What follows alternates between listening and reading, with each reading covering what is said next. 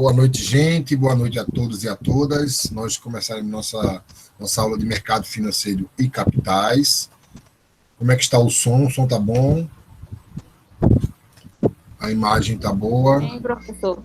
Tá tranquilo, professor. Tá mais magro, tá comendo não, é? Muito. Mais do que deveria.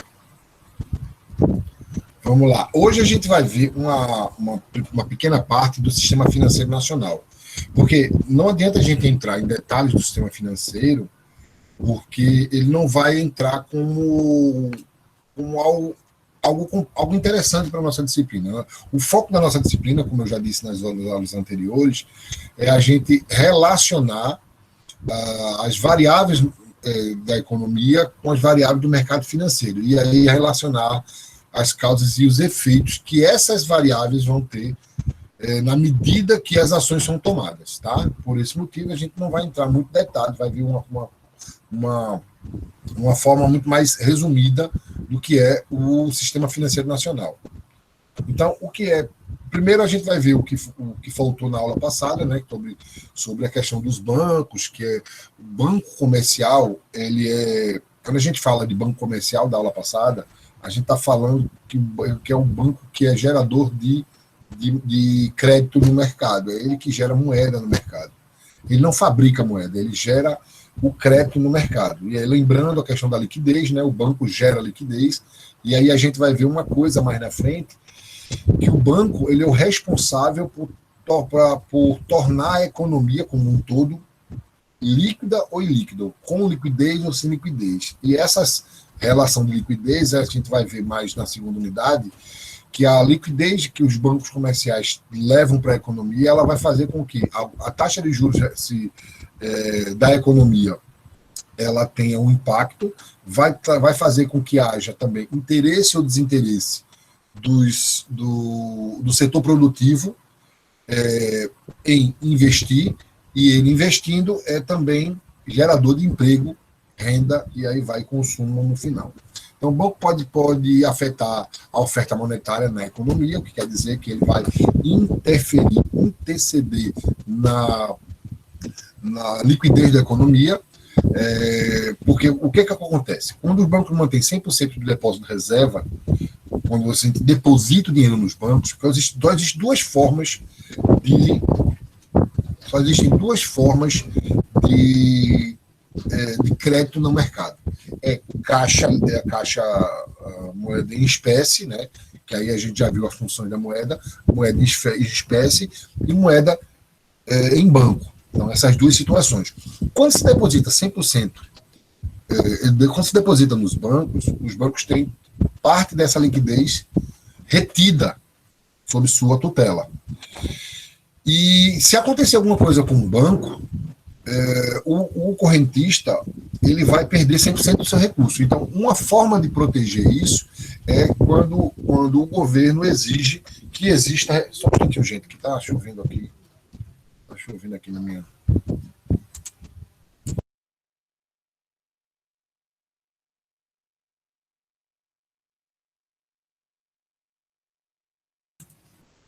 Estou dando aula aqui perto da janela e aqui em Recife está chovendo bastante. Cobertura, né? Então, assim, voltando a falar o seguinte, quando a gente deposita dinheiro, recurso financeiro nos bancos, ele tem essa tutela dos recursos financeiros. Ou seja, ele é fiel depositário de todo o recurso monetário da economia. O que pode acontecer com o banco é que, se algo ocorrer com a instituição bancária, o correntista pega esse recurso. Então, o governo, isso é uma questão de governo, vai variar de governo, mas é uma lei, que se parte desse recurso ele é depositado no Banco Central, que chama-se reservas monetárias. E essas reservas, elas são bloqueadas para proteger o correntista. Além de proteger o correntista, ele também protege o aumento, o grande spread, mais spread bancário do que antes, que a gente já até comentou na aula passada sobre o spread bancário. Quando o banco empresta parte desse depósito, nesse caso, ele oferta dinheiro. Então, observa, os bancos eles usam nossos recursos financeiros depositados lá para fazer os empréstimos. E aí ele é remunerado por isso. Mas ele assume o risco. E aí é isso que eu quero também falar mais na frente, eu vou falar algumas vezes mais, que os bancos eles trabalham com uma coisa que eles chamam de risco de inadimplência, né? O risco de não pagarem. E por esse motivo, esse risco é um custo de oportunidade que os bancos assumem, e eles chamam isso de inadimplência, risco de inadimplência. Por esse motivo, ele cobra uma taxa de juros. Então, o valor que ele ganha, ele está considerando as pessoas que não honram o valor que foi emprestado para eles. Então, essas duas situações faz com que o banco seja um multiplicador. Entenda isso. Se as pessoas depositam um valor monetário para os bancos, e aí lembra daqueles 3 agentes, o poupador e o tomador e o agente intermediário, o banco é o agente intermediário nessa situação. E ele recebe o dinheiro dos poupadores esperam receber esse valor disponível quando bem entender, e inclusive, como eu já disse também na aula passada, esses recursos eles não estão disponíveis 100%. Não estão disponíveis. Eles estão disponíveis. Parte dele hoje está em torno de 60%. Hoje já foi 60%. Hoje é 50% está no Banco Central e 50% eles operam. Os bancos comerciais eles operam. Ou seja, eles emprestam esse dinheiro, 50% do valor depositado. E aí por isso chama-se efeito multiplicador. Porque o dinheiro ele vai para o tomador, porém, esse valor ele vai pela metade. Então, o banco inventa esse valor, é como se fosse ele inventar esse valor, chama-se efeito multiplicador. Finalizando, falando também sobre os instrumentos de política monetária que a gente não adentrou na aula passada, o Estado, o governo, ele faz várias políticas. Mas do que é uma política? Política é uma ação de governo que tem um objetivo pontual. A política monetária tem um, a política fiscal tem outra, a política de renda tem outra. A política monetária tem como papel ele monitorar o fluxo monetário na economia e dar liquidez ou tirar liquidez. E essa liquidez, esse volume monetário que fica na economia, ele vai determinar algumas coisas que a gente vai ver lá na frente. Por exemplo, que a gente vai pontuar mais lá na frente, tem a ver com o interesse e o valor do empréstimo para os empresários. Porque quanto mais moeda, maior fluxo monetário existe na economia, mais baixa é a taxa de juros. Por quê? Lembra da oferta e da demanda? Se você tem excesso de demanda, você tem mais gente querendo do que a oferta de moeda. Então, a taxa de juros sobe. Se você tem mais demanda, mais oferta, a taxa desce. Essa relação a gente vai ver. Vamos ver se vocês entenderam. Se você tem muita moeda disponível na economia, então você tem um excesso de oferta de moeda. Logo, o preço é menor. Por isso que eu digo taxa de juros. Quando você tem uma demanda maior do que a oferta, você tem uma escassez de oferta, a taxa tende a subir. Então, basicamente, há 4 instrumentos da política monetária. O que é que ele faz? Ele vai emitir moeda, papel moeda, que é quem vai emitir o Banco Central. Também de controlar as reservas bancárias, como eu falei, que o Banco Central também controla esse valor, já foi 60%, hoje é 50%. Ele vai também controlar as operações dos títulos públicos, né? Se você fala de governo federal, a gente está falando de título da dívida pública. Se você está falando do governo estadual, a gente está falando de precatórios. Empréstimo de liquidez a instituições financeiras. E aí é outra situação. As entidades financeiras, né, bancos comerciais, cooperativa de crédito, banco de investimento, qualquer instituição de financeira e não financeira, ela também faz empréstimo de uma forma parecida com pessoas físicas, mas a diferença é que eles pagam a taxa mais baixa, que é a taxa Selic, que hoje ela está em 2%, e vai diminuir ainda mais. Então, só para a gente discutir um pouquinho a emissão de papel moeda, controle das reservas bancárias, operação com títulos públicos, e aí operações de redesconto, que é esse empréstimo que os bancos fazem junto ao Banco Central. Também controla e seleciona quais são os créditos disponíveis, aí são os papéis, as letras, LBT, CDI, CDB, também é um controle, é ela que vai disponibilizar qual papel que está disponível também, isso é uma função da política monetária, porque a partir da política monetária, ou seja, um governo vai criar uma ação dentro das políticas de moeda, ou seja, fluxo monetário, e lembrando que uma política de curtíssimo prazo, o efeito é rapidíssimo, você mexeu aqui, já tem um efeito quase que imediato, é curtíssimo prazo. Mexeu na política monetária, o efeito é quase que imediato. Veja, se você mexer em papel moeda, você vai ter o efeito automático. Lembra-se que a gente está passando, a maioria de vocês está passando por uma situação muito difícil de acontecer, que é a emissão de um novo papel moeda, a cédula de R$200. O que vai acontecer? Você vai ter menor quantidade para maior volume. Isso vai fazer com que haja maiores operações comerciais de forma mais líquida.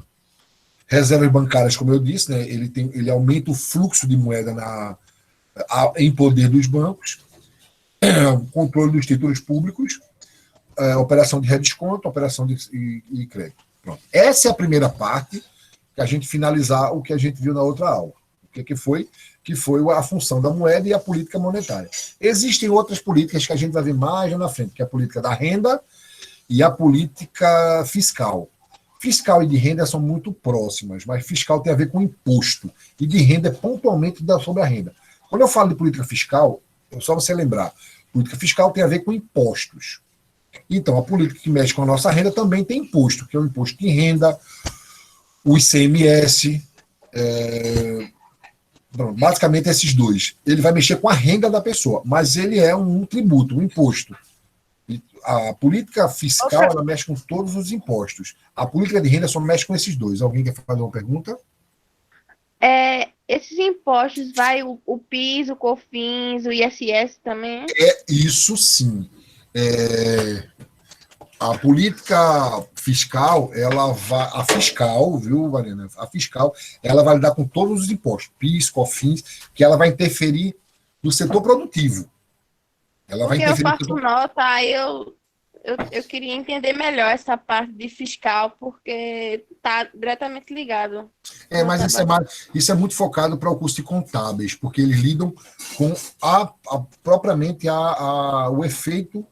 Eles lidam com a cobrança. Eu posso falar para você o efeito que elas fazem. Vou dar para você um exemplo, Marina. Tá certo. Uma empresa de pequeno ou grande porte, ela paga impostos. Vamos considerar que todas elas pagam impostos. A partir do momento que você tem um aumento dos impostos, ele vai reduzir o lucro. Primeiro efeito automático, ele repassar isso para o preço. Esse é o primeiro efeito. Quando se passa para o preço, você tem um aumento do preço e a demanda cai. Esse é o primeiro efeito. Ou mexeu no lucro, ele vai ter esse efeito. Quando você tem uma mexida na taxa nos impostos das pessoas jurídicas, das empresas, do setor produtivo, você tem automaticamente uma redução do lucro. E aí as empresas se comportam de várias formas. Uma delas, que é a mais comum, que ele repassa isso para o preço. A segunda é reduzir custo fixo. Quando é reduzir custo fixo? Ele vai demitir. Normalmente a empresa pode até demitir uma pessoa que é para adequar custo. Então, são outras coisas que a gente pode discutir lá na frente. Mas o efeito principal está dentro do que a nossa disciplina vai lidar, vai discutir qual é o efeito que esses impostos têm na economia. Fale, Mariana. Tá certo, professor, entendi. E aí, quando a gente fala de política de renda, eu estou separando da política fiscal os impostos que intercedem sobre a renda da pessoa, porque veja, o efeito é diferente. Se eu aumento o imposto do ICMS, vai fazer com que haja menos consumo. Por quê? Vamos entender uma coisa. Quando a gente fala de impostos, está lidando, quando fala imposto, né, no caso política fiscal, a gente mexe no lucro das empresas. Quando a gente fala de imposto para as pessoas físicas, para o consumidor, para a população, a gente está falando com a redução do consumo, porque ele diminui a renda. O salário é o mesmo, mas a renda diminui. Então, mexer em imposto, você está mexendo na renda do consumidor, da população. Mexer o imposto, você está mexendo no lucro do empresário. Vamos lá. A pergunta de Bruna foi interessante. Política de renda entra no IPCA. IPCA, você pode dizer que seja o efeito das duas, Bruna. Por quê? O que é o IPCA? É o índice de preço ao consumidor amplo. Ou seja, ele vai começar do dia 1º de um mês e vai terminar no dia 31 do outro mês, no último dia do mês. E é todo tipo de consumo, seja bens de consumo, seja bens duráveis, bens não duráveis, serviços de modo geral. Então, se você mexe no imposto sobre a renda, política de renda, você vai mexer na parte do consumo desses bens. Se você estiver falando de uma política fiscal, você está vendo que a possibilidade do aumento do preço do produto, que também vai interferir. Então, eu não quero ainda aprofundar nisso, porque eu não estou dando suporte suficiente para vocês entenderem ainda essa relação de causa e efeito. Eu estou com muita preocupação de adiantar algumas coisas, mas podem perguntar que eu vou explicando. Mas eu vou retomar isso com mais informação. Tá? Nada. Vamos lá. O que é o Sistema Financeiro Nacional? Ele foi criado numa lei em 1964 e em 65, foram duas leis distintas, uma complementou a outra. Elas foram construídas a partir, tornando, então, uma autoridade monetária, é o CMN, é o Conselho Monetário Nacional. Ele criou o Conselho Monetário Nacional e a outra lei criou o Banco Central do Brasil, que hoje a gente chama de Bacen. Ele, em 76, ainda foi criado a Comissão de Valores Mobiliários, que a gente vai ver que existe um conjunto dessas entidades, elas vão acoplando todo o sistema financeiro.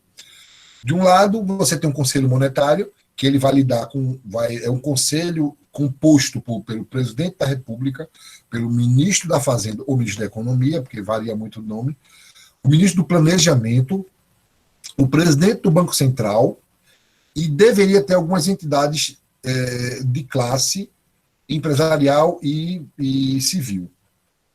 Esse governo tirou a parte do Conselho Civil. E o Banco Central, ele é interessante isso, que ele também é uma entidade decisória, normativa, mas ela faz parte do Conselho. Então, o Banco Central, lembre-se desse fator, ele é uma entidade normativa e uma entidade executora.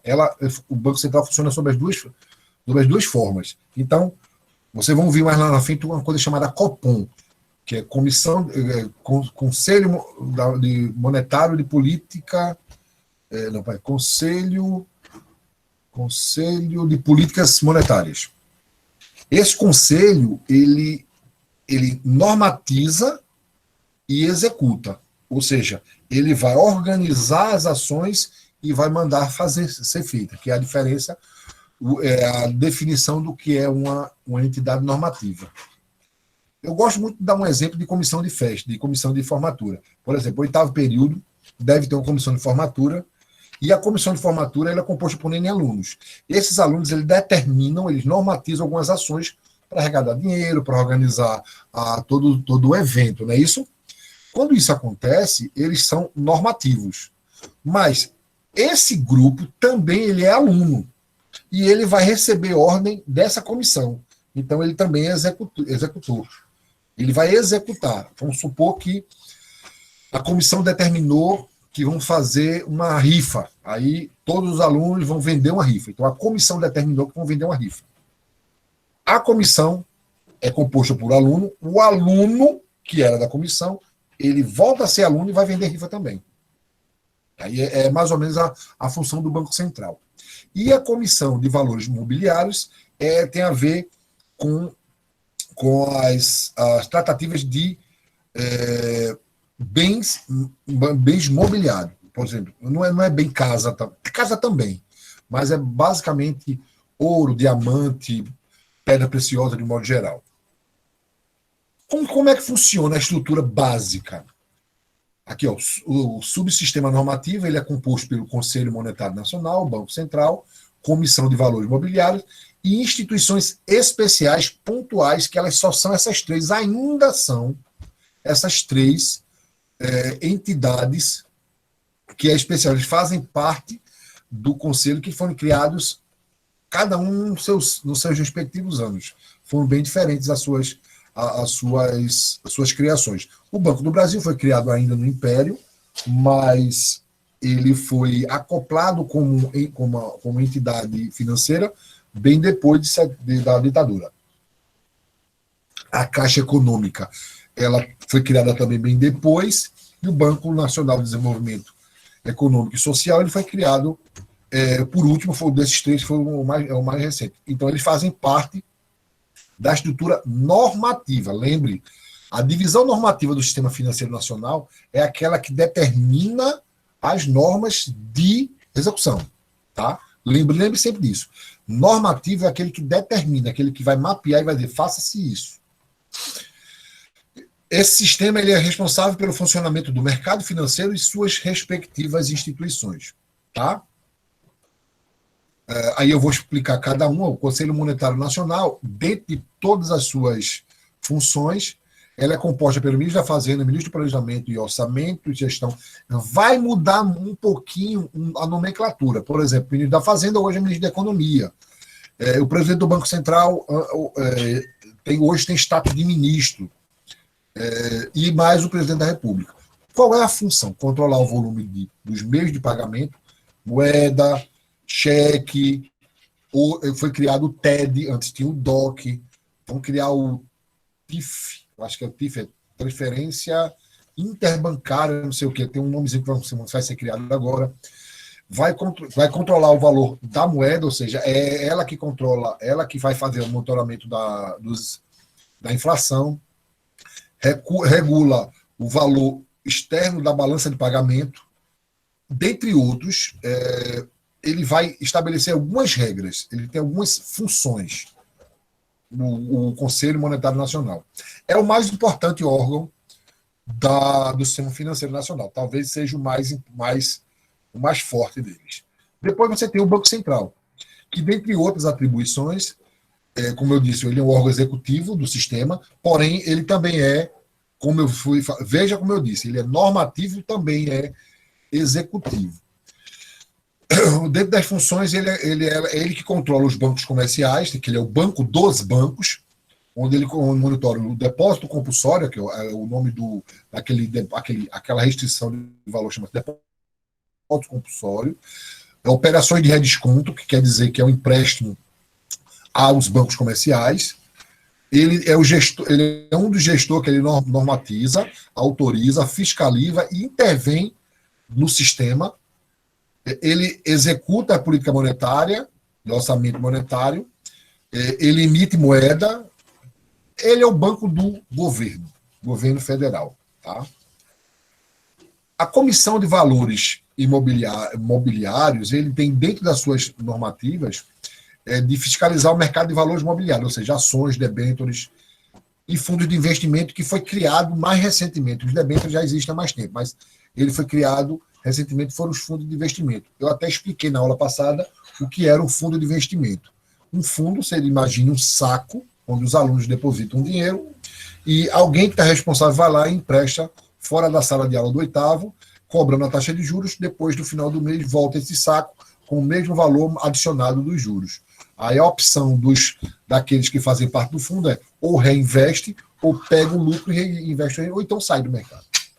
Além do mais, ele fiscaliza o registro de distribuição de negócios das empresas que abrem o seu mercado, abre o seu mercado, ou seja, as SAs, e é ele que vai disciplinar como funciona a Bolsa de Valores. Como eu disse a vocês, quando ele fala valores mobiliários, a gente não está falando propriamente de casa, de carro. A gente está falando de ativos mobiliários, que são aí tem ouro, aí tem... Quando eu falo de debêntures, a gente está falando de produtos padronizados. Aí você tem algumas superintendência de seguro, que foi inserido bem depois, na década de 80, após 88, após a Superintendência de Previdência Privada e Complementar. Foram criadas como suporte da comissão, ou seja, elas fazem parte do sistema de Bolsa de Valores, tá? Que hoje em dia Bolsa de Valores não é mais Ibovespa, e sim B3. Por que B3? Porque antes você tinha Bolsa de Valores, aí você tinha uma outra entidade chamada Bolsa de Mercadoria e Futuro, que era a parte agrícola, e tinha o mercado de opções. Aí juntaram-se as três e virou a B3. Outra instituição que faz parte do sistema normativo é o Banco do Brasil, que dentro de todas as atribuições ele é responsável pelo crédito rural. Ele é o fiel depositário da parte rural da economia. E ele é, principalmente, aquele que dá suprimento às execuções do orçamento da União. Ou seja, o orçamento da União ele é depositado no Banco do Brasil para disponibilizar, por exemplo, para os estados e municípios. Só para você ter ideia. E ao contrário, a mesma coisa. Quando você tem quando o município ele arrecada ISS, deposita no Banco do Brasil para que o governo federal receba. O Banco Nacional de Desenvolvimento Econômico e Social é um banco de fomento. O que é um banco de fomento? É aquele banco que tem uma intenção não de obter lucro, e sim de incentivar o desenvolvimento econômico do país, porque é uma parte do recurso que serve, a parte do Estado, que serve para fazer com que a economia seja ativada.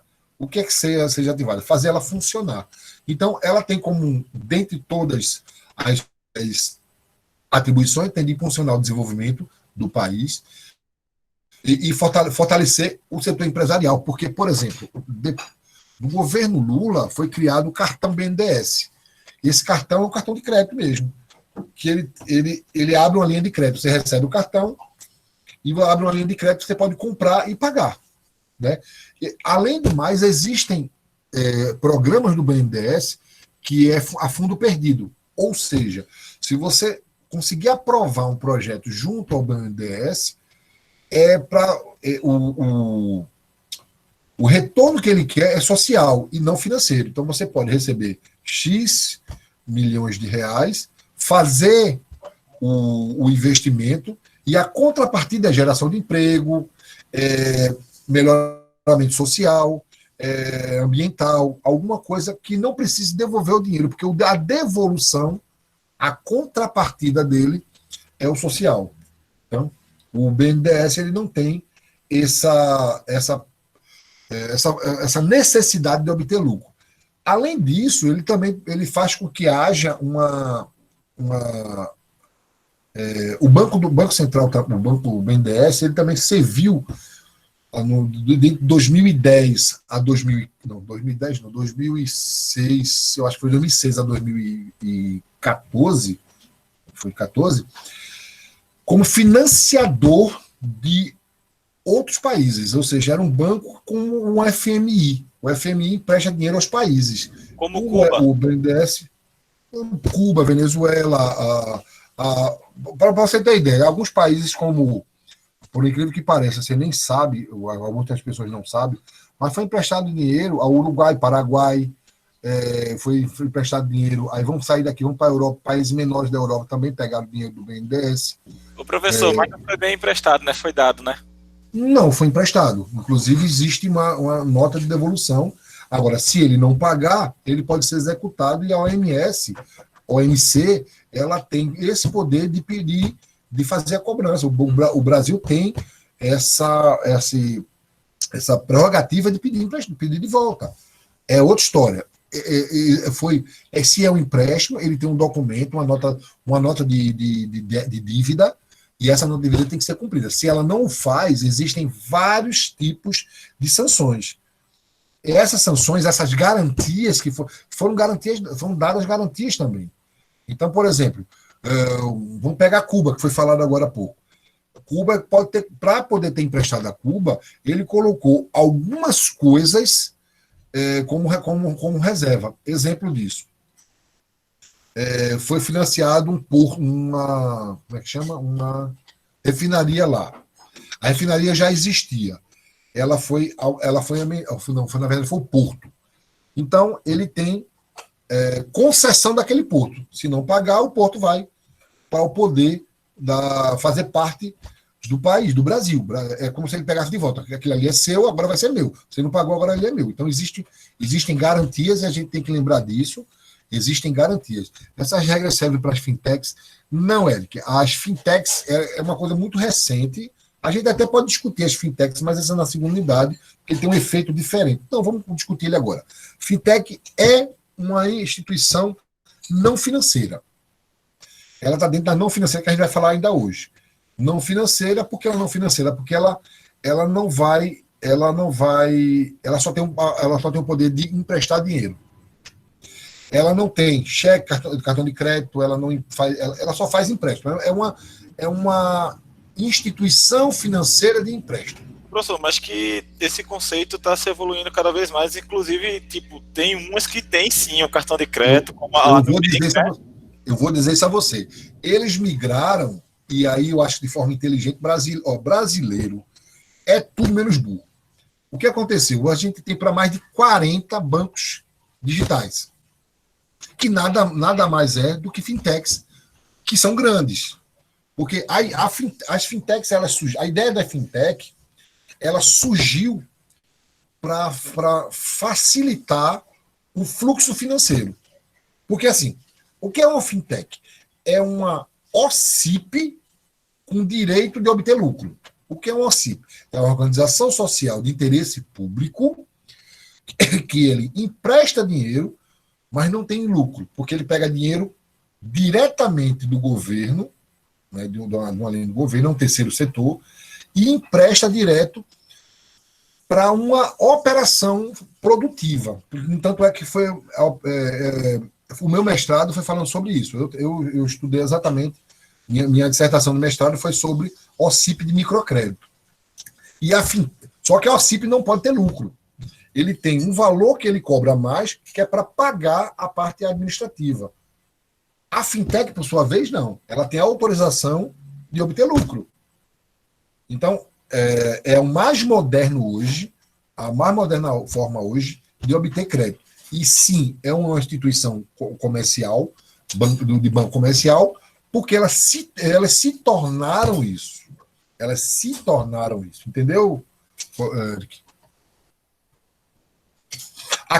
Voltando. Entendi sim. Beleza. A Caixa Econômica Federal, ela tem também atribuições múltiplas e ela tem como a principal e a mais conhecida, ela é fiel depositária dos programas sociais do Estado, criada a nível de Estado, que é FGTS, Fundo de Garantia por Tempo de Serviço, PIS, que é o programa de meu Deus, não sei o que social, a integração social, loterias, ou seja, é a parte oficial de entretenimento público, né? É o único que é oficial, loteria é uma aposta oficial. O FAT, que é o Fundo de Amparo ao Trabalhador, e o FAS, que é o Fundo de Apoio ao Desenvolvimento Social. Ele é responsável por essa parte social. Então, todos os investimentos sociais, elas são retiradas, elas são depositadas na Caixa Econômica, e a Caixa Econômica financia esses programas. Esse programa, por exemplo, existe uma coisa chamada FAT, que é Fundo de Amparo ao Trabalhador, que são valores disponibilizados, é um fundo que é colocado recursos que as próprias empresas depositavam para poder investir no social. O FGTS. E que não foi mexido nessa crise, né, professor? Que eu não, acho o fato eu acho que acabou. Não, assim, erroneamente era para eles ter pego esse dinheiro que estava nele lá e ter distribuído aí em diversos programas, que era um fundo bilionário, né? Ainda é, mas aí ele foi repassado, por exemplo, ele foi usado por outras formas. Ele foi agregado ao dinheiro da nação, ou seja, à União. Foi agregado. Quando acaba o programa, ele entra, porque, na verdade, ele não mexeu com o trabalhador. O FAT é de amparo ao trabalhador, mas é o dinheiro das empresas. As empresas pagavam 8% para o trabalhador, mas ele paga um complemento que é para o FAT.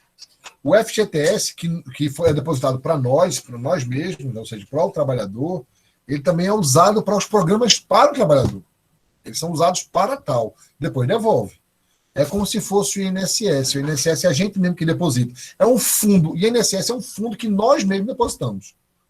Né? É para você usar depois no futuro. É uma aposentadoria no futuro. O INSS é isso. Tá?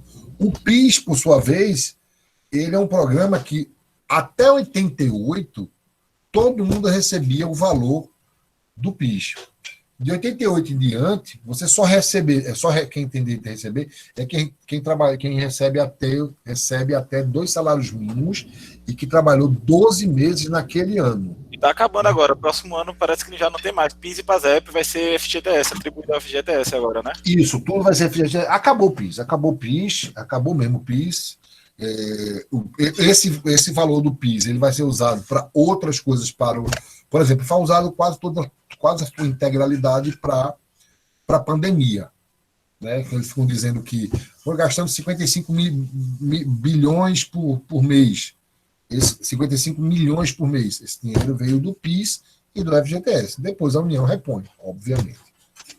Então, observe que são essas instituições financeiras e percebam que essas são normativas e também são executoras. Lembrando muito disso, que elas fazem parte de um subsistema, de um sistema maior, Sistema Financeiro Nacional, que é composto.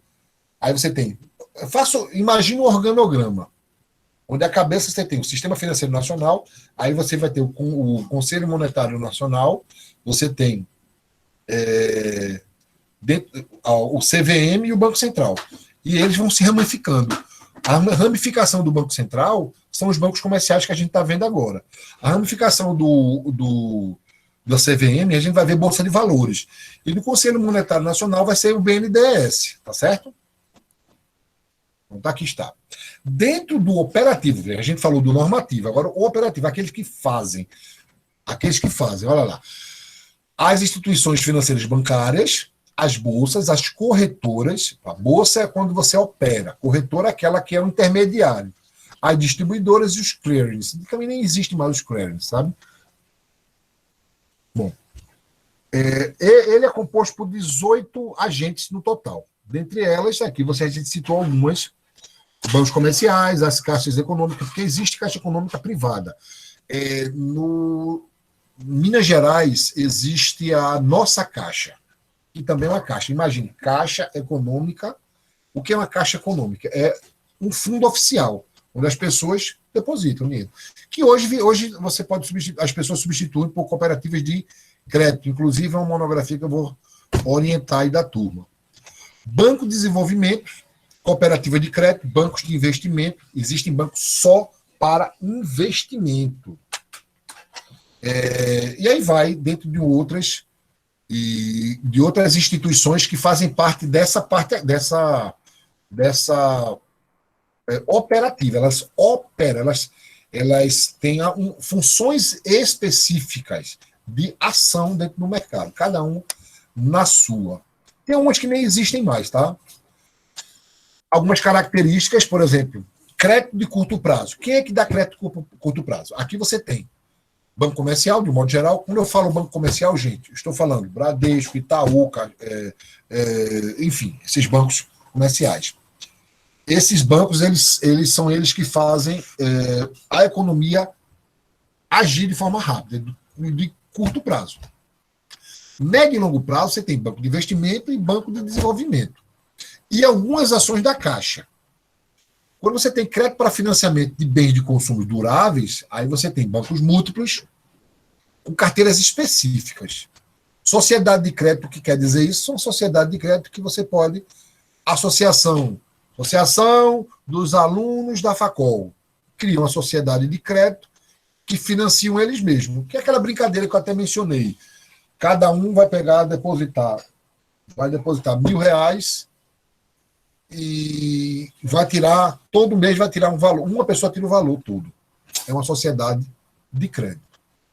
Existe o sistema de habitação, que ele é exclusivo da Caixa Econômica, mas existem autorizações para outras instituições. Existe a intermediação dos mercados de capitais, né, que são as corretoras, que aí o mercado de capitais a gente está falando de bolsa de valores de modo geral.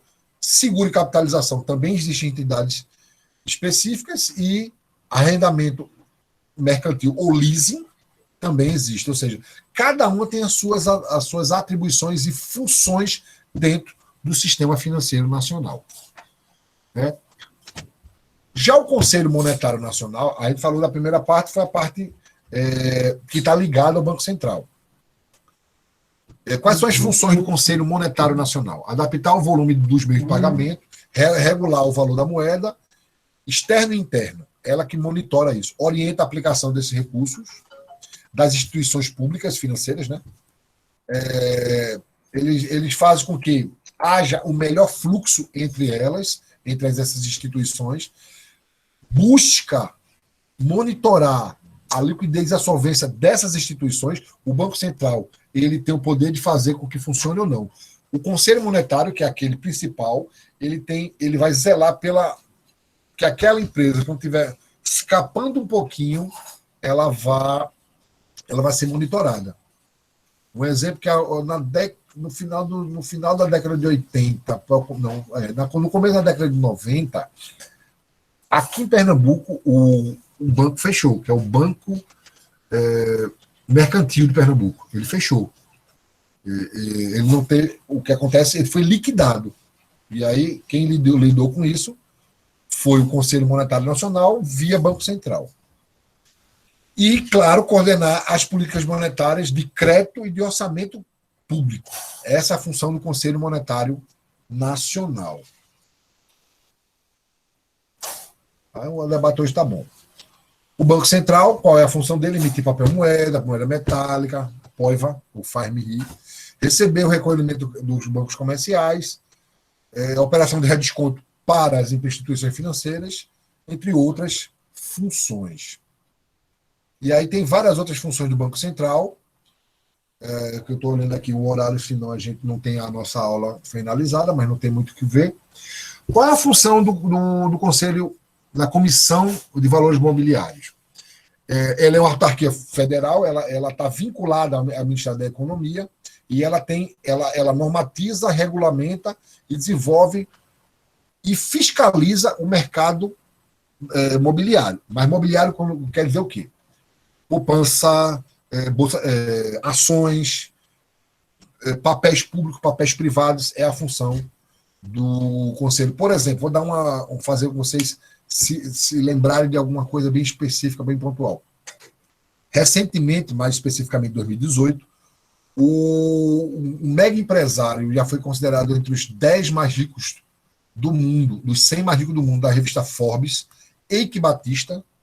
Ele recebeu uma punição da Comissão de Valores Mobiliários e ele perdeu o direito perdeu a credibilidade de investimento. Então, todo mundo que acreditava na empresa deixou de acreditar e a empresa quebrou. Então, é uma das funções do CVM. Tá? Então, olha só algumas classificações desses títulos da CVM. Título de crédito, de propriedade, de renda fixa e de renda variável. A gente vai estudar, ver qual o efeito delas, cada uma delas na economia. Sistema de comunicação e registro, aqui simplesmente a gente só para entender como é que eles se comunicam. Basicamente, eu só quero que vocês entendam essa função aqui, a Selic, o que é um sistema de liquidação e custódia, que é a taxa oficial do banco, do Brasil, do país. Todos os créditos e empréstimos oficiais, eles são regidos por uma única taxa, determinada por uma comissão chamada Copom, que hoje está em 2% ao ano. Né? Todos os créditos são isso. Ou seja, se alguém quiser ganhar dinheiro com o país, ela vai fazer o seguinte: um empresário, um investidor internacional, ele quer investir em algum país, ele vai olhar qual o país que dá maior retorno e menor risco. Aí ele vai olhar, os Estados Unidos tem uma taxa Selic deles, que não é Selic, 0,3% ao ano. Aqui no Brasil é 2%. O 0,3% dele é mais confiável do que o nosso, ele vai ganhar mais, só para vocês, a gente vai discutir taxa Selic também. Oi? Tá querendo baixar mais um pouco, né, professor? Existe a probabilidade de baixar mais 0,25%. E na sua visão, assim, qual seria o impacto hoje de imediato com essa baixa? Além, eu creio que na melhora da pessoa física de investir seu dinheiro assim na questão de imobiliária, comprar casa e etc. O primeiro efeito, Eric, foi que a poupança rendeu menos do que a inflação. Primeiro efeito. Porque a poupança ela é baseada na taxa Selic do mercado. Então, foi pela primeira vez na história, desde a criação da poupança enquanto investimento, o rendimento da poupança foi menor do que a inflação. Então, a inflação comeu 100%, tudo que foi ganho na poupança. Por tabela, poupança, ela vai impactar também no FGTS. Logo, nosso FGTS vai ser remunerado menos do que a inflação também. É um dos efeitos. O senhor aconselharia, na sua visão, investimentos como citei aqui anteriormente, em fintechs que estão pagando hoje cerca de 110%, 120% da Selic ou não, ou deixar na poupança? Poupança não, Eric, poupança não. Mas, veja, vocês vão aprender com esse Omar que vos fala. Nunca vou dizer, faça isso. Tem uma aluna que falou, primeiro dia de aula, me pediu um conselho financeiro, eu não dei, e ela pensou que foi mal vontade minha. Não, mas, na verdade, nada em economia se diz, se aconselha de primeira. A gente tem que sempre dizer, depende de. Então, se eu disser assim, o aumento da taxa Selic é bom para o país, depende de vários fatores. Existem vários fatores que vão interferir positivo ou negativamente, vai interferir de um lado, vai interferir do outro. Existem vários vieses que a gente vai discutir, mas eu vou dar para vocês pequenas migalhas de fundamentos para que a gente entre nessa discussão. Tá? Aqui são alguns índices que até Mariana perguntou sobre né? Existe o IGP, o IGPM, o IPC, o IPCA, o IPA, existe o IPC da FIP e existe o IGPM. Cada um tem o seu fundamento. O IGP, o Índice Geral de Preço, é a média de todos os preços de uma determinada cesta de consumo. Aí eu tenho o DI, né, tem o GPM, tem o 10 e o 20, que é do dia 11 ao dia 10, do dia 10 ao do dia 11 de um mês para o dia 10 do outro mês, né, deixando o final do mês no meio, que é muito interessante. A FIP, que é o que lida com as estatísticas mais corretas. Né? Eu botei 15 minutos, mas 15 minutos já passou.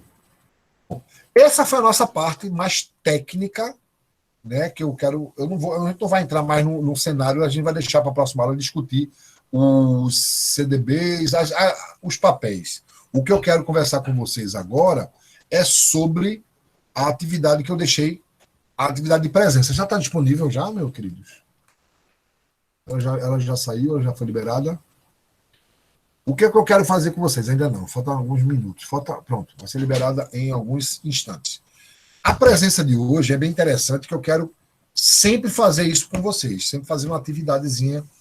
E como eu vou deixar uma atividade também para vocês, para a próxima aula, que vocês façam uma pesquisa sobre determinados mercados. Né? Essa agora eu vou querer que todos vocês, pesquisem sobre debentures e commodities. Na aula que vem a gente vai fazer algumas perguntinhas sobre debentures e commodities. Então, já anotem aí, eu nem vou botar aqui na atividade. Então, pesquisem sobre debêntures. Por favor, não entendi, não. Vocês vão fazer uma pesquisa sobre esses dois papéis, debêntures e commodities. Porque na próxima aula a gente vai fazer uma atividade durante a aula sobre esses dois papéis, tá? Debêntures e commodities. Deixa eu ver aqui. A avaliação vai ser física, Felipe. Vai ser para vocês fazerem aqui no Classroom 24, ou vocês fazem uma prova para responder. Não tem um padrão, não. Tem um padrão, que vocês vão fazer a prova como o ano passado, foi como o semestre passado. Alguma pergunta, gente? Alguma colocação? Valdir vai fechar. Fora isso. Ô, professor, veja, o que o senhor mandou agora na sala é para a gente responder agora? É a chamada de vocês. Ok. O que eu quero que vocês entendam que a partir da próxima aula a gente vai começar, vai ter uma atividadezinha, mas na próxima aula a gente vai começar assim, entender como o mercado financeiro interfere na economia. Então, eu estou ainda vou apresentar o mercado financeiro para vocês. Depois, a gente vai retornar discutindo as variáveis da economia, como consumo. Eu até botei na primeira aula, consumo. Que link? Não, o link está lá na sala, Marcos. Nós vamos conhecer o consumo, o investimento das empresas, o saldo do governo e o saldo da balança de pagamentos. E aí, essas 4 variáveis, elas vão interagir entre elas, que aí a gente vai conhecer essas variáveis. Por exemplo, vou dar um exemplo para vocês entenderem como vai ser daqui para frente. Se a gente falar de consumo, o que interfere o consumo das pessoas, das famílias? O que interfere?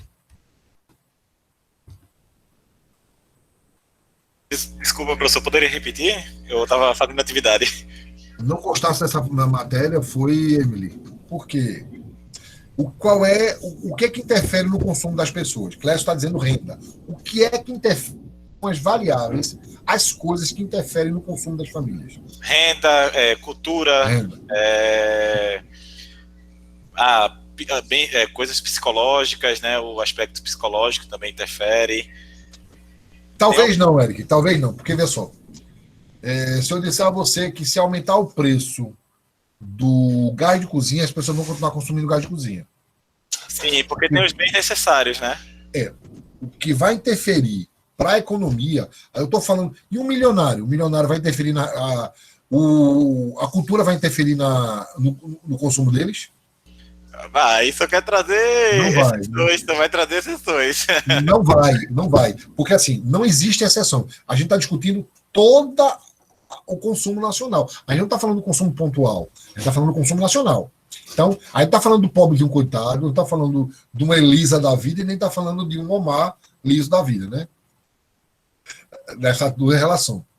A gente está falando das duas, do consumo do país. O consumo do país, ele não está dizendo quem é rico, quem é pobre, não agora. Então, o consumo das famílias Elisa, você é a rica. O consumo das famílias, o consumo nacional, o consumo das famílias, vai interferir em renda. O que é que interfere? O que interfere na renda? Quais são as coisas que interferem na renda? Inflação é uma coisa, gostei. Inflação interfere na renda, sim. Aumento de imposto, ótimo, Arthur. O que mais interfere na renda? Emprego, né? Isso, velho. Exatamente. Veja bem, aí vamos pegar impostos. Então, o que é que vai depender? O imposto vai interferir em quem? Vai impactar a quem? O imposto. O aumento ou a redução do imposto vai impactar em que setores da economia? Aí entra a Mariana para falar.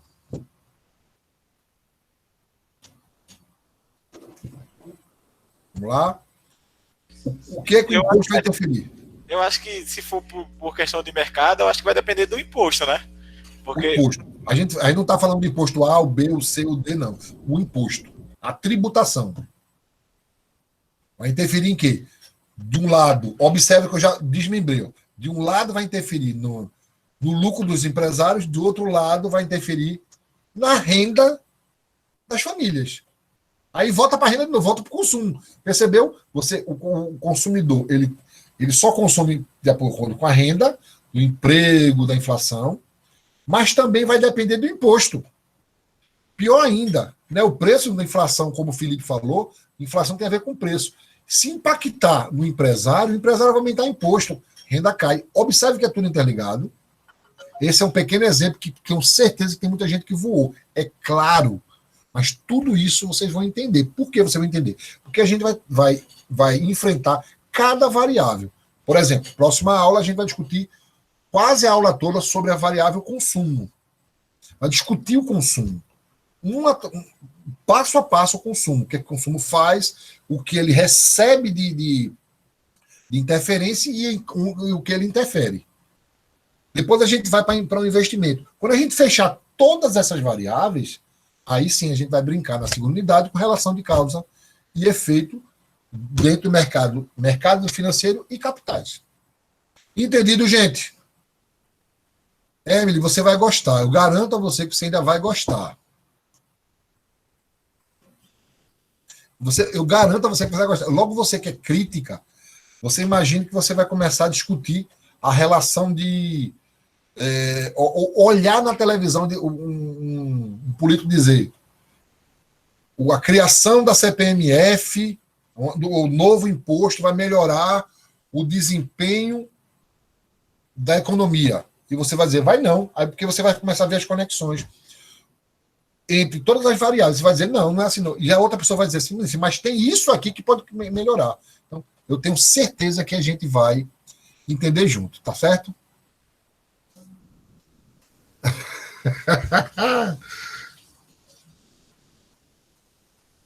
Mas ela vai ser.